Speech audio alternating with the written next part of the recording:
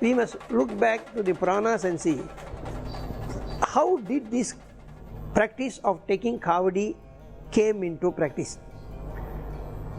From Kailas, Agastya wanted to bring two hills, Saktigiri and Shivagiri, and Hiduman was carrying it. Hiduman was a great devotee of Muruga. When he came to Palani Malai, God's will was that that place, hills must be in that place only. So made him to put it down. And when he got up, he couldn't lift it after that. And finally he found a small boy sitting on top of the tip of the hill.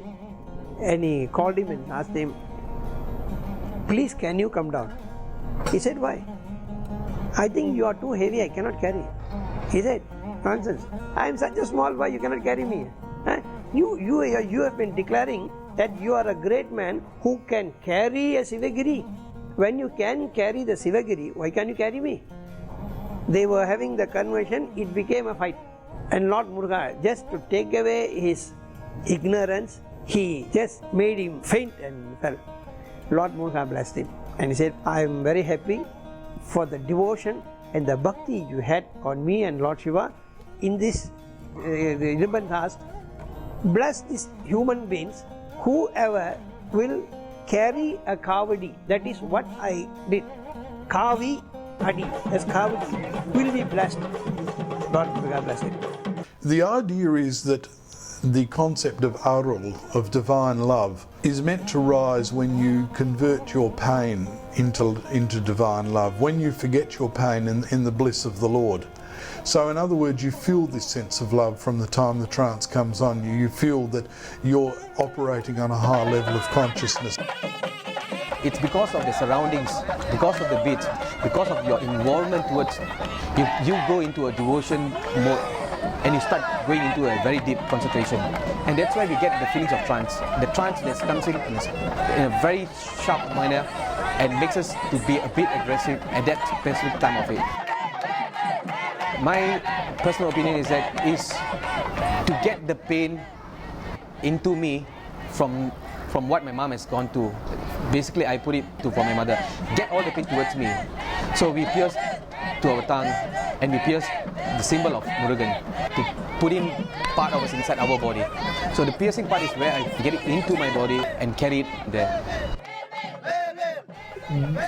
But it's the absence of pain which is the miracle for many devotees. I find that when you take the kavadi, the trance comes, when it first comes, it's quite violent, it's quite fast. But then it settles down so that you can hear what your supporters are saying. You know, they might say there's a banana skin there, watch where you're treading here, there's a pothole ahead of you. So you register these thoughts, but on another level, you feel this sense of complete calm and peace and happiness. Whoever is coming to the temple, the most important is the bhavana. With what type of bhava you are coming. If the bhava was only for God and God alone, they get the ecstasy, they get that happiness. At that time, you can see the mind gets into a temporary union might be. And the happiness is there. Otherwise, year in and year out, they won't come with all this so heavy kavadi is not easy enough. To ordinarily walk up itself is so difficult. What more with a big load on your head? It's not so easy.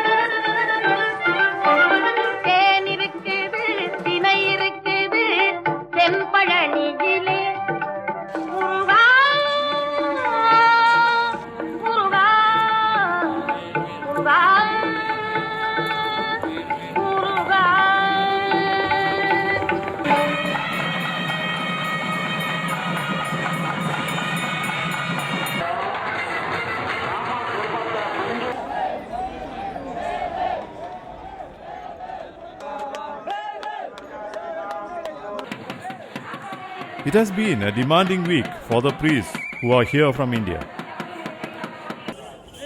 Now, carrying the sacred veil, the priests join the Kavadi bearers to climb the famous 272 steps, which lead up to Lord Murugan's more than a century-old cave shrine.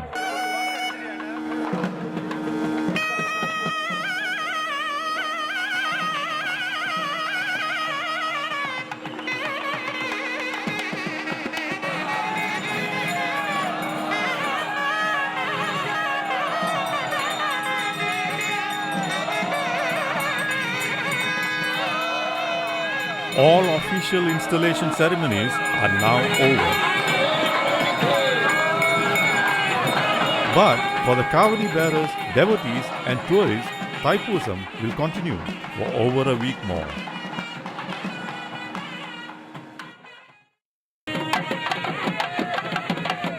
It's the third day of Thaipusam at Batu Caves, and the devotees continue to throng in. But it's time for Lord Murugan to return. Thai Pusam in Malaysia is a magnificent festival. It's just overpowering. You have the wonderful chariot festival, which is where the Uttava Murti is taken from the temple and brought to the caves. The golden bell is taken up into the caves. It's very, very sacred. It's very precious. Murugan is now in his mountain abode. He receives his devotees. He then goes back to his main home in Kuala Lumpur. It is a very powerful festival, and it has its own inner meanings. And to signal the official end of Thaipusam, the flag is lowered.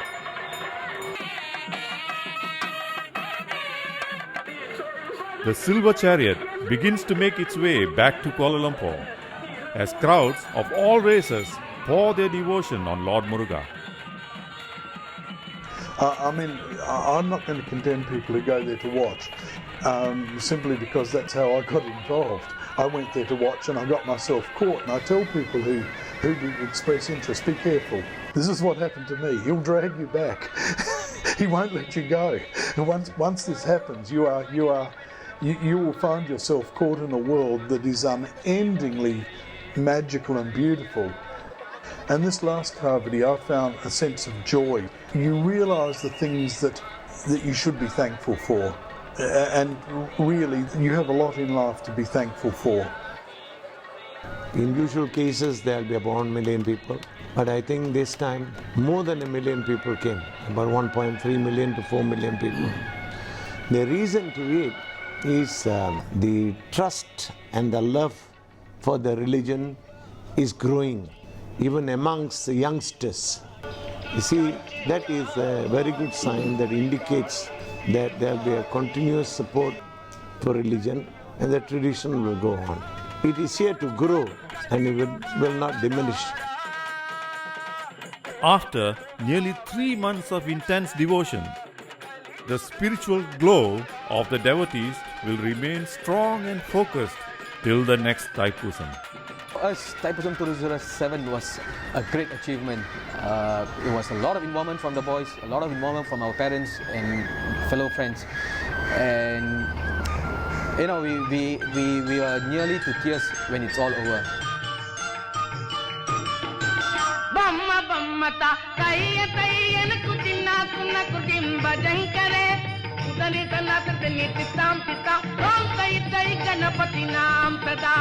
Udalita natradani titam titam dom tai tai ganapati na